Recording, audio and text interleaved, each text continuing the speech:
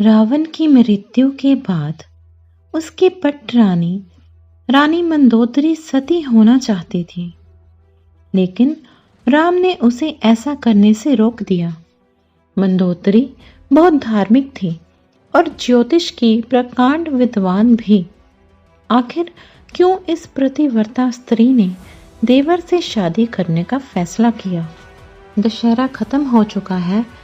देश में जगह जगह रावण दहन हो गया है। युद्ध में रावण की मृत्यु के साथ ही जब राम की जीत होती है, तो उस दिन ही हिंदू धर्म में जीत की इस खुशी दशहरा त्योहार के जरिए जाहिर की जाती है। रावण के परिवार में दो लोग सीता के अपहरण और युद्ध के खिलाफ थे। वो थे भाई विभीषण और पटरानी मंदोदरी। दोनों बिल्कुल युद्ध नहीं चाहते थे और लगातार रावण को सीता को सम्मान पूर्वक राम को लुटा देने के पक्ष में थे। लेकिन ऐसा नहीं हुआ।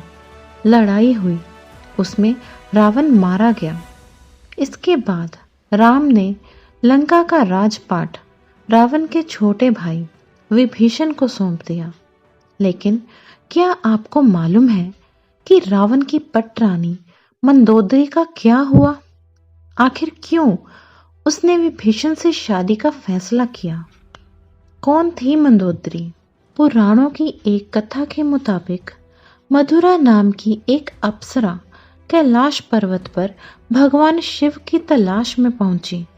तलाशते हुए जब वो भगवान शिव के पास पहुंची, तो उसने वहां पार्वती को ना देखकर शिव को रिझाने के प्रयास शुरू कर दिए। जब कुछ समय बाद वहां पार्वती पहुंची, तो उन्होंने मधुरा के शरीर पर शिव की भस्म देखी और फिर वो क्रोधित हो गई। पार्वती ने मधुरा को शाप दिया कि वो 12 साल तक मेंढक बनी रहेगी और कुएं में उसका वास होगा।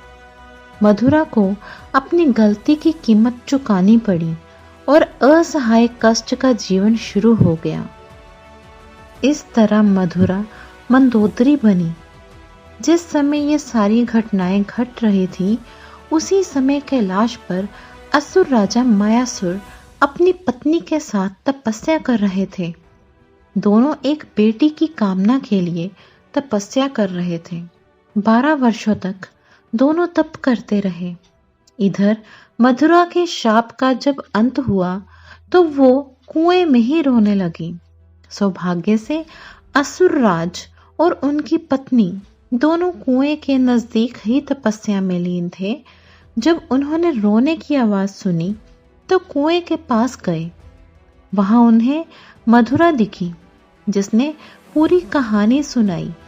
असुरराज ने तपस्या छोड़कर मधुरा को ही अपनी बेटी मान लिया। मधुरा का नाम बदलकर मंदोदरी कर दिया गया। असुरराज के महल में मंदोदरी को राजकुमारी का जीवन मिला। वो अपनी नई जिंदगी में बेहद खुश थी। लेकिन इसी बीच उसकी जिंदगी में रावण की एंट्री हुई। मंदोदरी के पिता मायासुर से मिलने रावण पहुंचा। वहीं उसने मंदोदरी को देखा और मोहित हो गया। उसने मायासुर से मंदोदरी का हाथ मांगा। मायासुर ने ये प्रस्ताव ठुकरा दिया, तो क्रोधित रावण मंदोदरी का अपहरण कर लाया। दोनों राज्यों में युद्ध की स्थिति बन गई। लेकिन मंदोदरी जानती थी कि रावण उसके पिता से ज्यादा शक्तिशाली शासक है। इसीलिए मंदोदरी ने रावण के साथ रहना स्वीकार किया।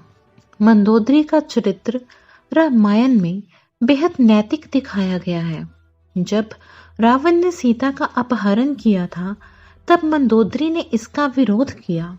मंदोदरी बार बार रावण को ये समझाने का प्रयास करती रही कि दूसरे की पत्नी का अपहरण अपराध है, लेकिन रावण नहीं माना। आखिरकार राम के साथ युद्ध में रावण की बुरी पराजय हुई। वह मारा गया और मंदोदरी विधवा हो गई। मंदोदरी के साथ भी रावण ने बलपूर्वक अपहरण करके विवाह किया था। लेकिन विवाह के बाद मंदोदरी सच्चे मन से उसके प्रति समर्पित हो गई। हालांकि उसने रावण को बार बार समझाने की कोशिश की कि सीता का अपहरण करके उसने बहुत गलत काम किया है, उसे इस भूल को सुधार लेना चाहिए। रावण की मौत के बाद भगवान राम ने मंदोदरी को विभीषण से शादी का प्रस्ताव दिया था। उन्होंने समझाया कि विभीषण के साथ मंदोदरी की जिंदगी बेहतर रहेगी, लेकिन मंदोदरी ने इस प्रस्ताव को अस्वीकार कर दिया। कहा जाता है कि इसके बाद एक बार भगवान राम, सीता और हनुमान के साथ मंदोदरी को समझाने गए। तब ज्योतिष की प्रकांड विद्वान मंदोदरी को महसूस हुआ कि धार्मिक और तार्किक तौर पर, नैतिक तौर पर सही देवर विभीषण से विवाह करना गलत नहीं होगा। ये महसूस होने पर उसने इस प्रस्ताव को स्वीकार किया। विभीषण से उसकी शादी हुई। हालांकि रावण की मृत्यु के बाद मंदोदरी के बारे में वाल्मीकि की रामायण ज्यादा कुछ नहीं कहती, लेकिन रामायण के दूसरे वर्जन में जरूर इसके बारे में काफी कुछ कहा गया है। रावण के मरने के बाद जब मंदोदरी विधवा हो जाती है, तब भगवान राम विभीषण को सलाह देते हैं कि उसे अपनी भाभी से विवाह कर लेना चाहिए। ये परंपरा उन दिनों मान्य थी, लेकिन विभीषण के पहले से कई रानियां थीं और वह इसके लिए तैयार नहीं थे। ये भी कहा जाता है कि अगर विभीषण से ये शादी कर लेते तो उन्हें भाई की जगह लंका पर शासन का नैतिक अधिकार भी हासिल हो जाता। हालांकि ये भी कहा जाता है कि ये विवाह शारीरिक तौर पर पति पत्नी के तौर पर एक दूसरे के साथ यौन संबंधों की बजाय विशुद्ध राजकाज से जुड़ा था, क्योंकि मंदोदरी भी चाहती थी कि उसके पति के निधन के बाद लंका में स्थायित्व और समृद्धि रहे। वह राम से शत्रुता की बजाय मित्रता चाहती थी। रावण की मृत्यु के लिए उसने राम को कभी जिम्मेदार भी नहीं ठहराया।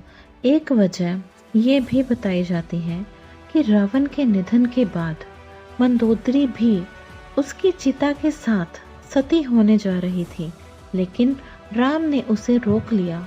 इसके बाद मंदोदरी के पास देवर से विवाह करने के अलावा कोई और विकल्प ही नहीं बचा था। धन्यवाद। Please like and subscribe this channel.